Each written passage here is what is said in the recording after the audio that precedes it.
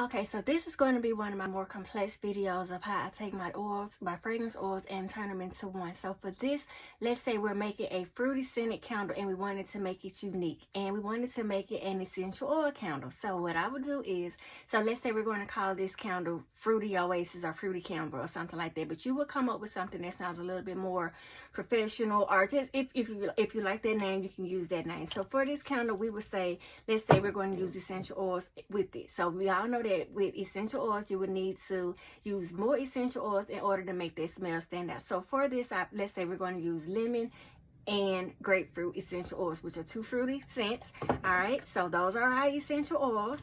And then for the fragrance oils, we're going to use black raspberry vanilla, peach mango, and then we're going to go back and we're going to add a standalone mango and a standalone peach. We're going to mix all of those together. We're going to smell around with it, see what we think with it. We're going to come up with a name. We're going to properly describe this candle. We're going to give it a name. We're going to set a price for it, and we're going to sell it. Thank you.